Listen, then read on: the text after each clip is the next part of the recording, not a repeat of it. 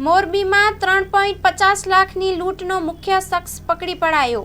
ઘટના સ્થળે રિકન્સ્ટ્રક્શન સાથે જનમેળામાં હાથ જોડી માંગી માફી। મોરબી જિલ્લામાં ગઈકાલે બનેલી 3.50 લાખની લૂંટની ઘટનાનો મામલે મહત્વપૂર્ણ વિકાસ સામે આવ્યો છે। લોકોના સહકારથી પકડી પાડવામાં આવેલ આરોપીએ લોકમેળામાં બધાની સામે હાથ જોડી માફી માંગી હતી। આ આરોપી દ્વારા કરવામાં આવેલી લૂંટ મામલે એ ડિવિઝન પોલીસ સ્ટેશનની ટીમે ઘટના સ્થળે લઈ જઈ પોલીસ વિધિ મુજબ રિકન્સ્ટ્રક્શન મુજબ પુનર્નિર્માણ પણ કરવામાં આવ્યું હતું, જેથી ગુનાની વિગતો વધુ સ્પષ્ટતા સાથે સમજી શકાય। પ્રાથમિક તપાસમાં જાણવા મળ્યું છે કે આરોપી લોકોથી છટકાટ ખાતો હતો, પણ સ્થાનિક નાગરિકોની સતર્કતા અને મોરબી પોલીસની ઝડપભરી કાર્યવાહીથી તે ઝડપાઈ ગયો હતો। પોલીસ વધુ તપાસના દિશામાં આગળ વધી રહી છે અને આશા રાખી શકાય કે સમગ્ર લૂંટકાંડનો પર્દાફાશ ટૂંક સમયમાં થશે।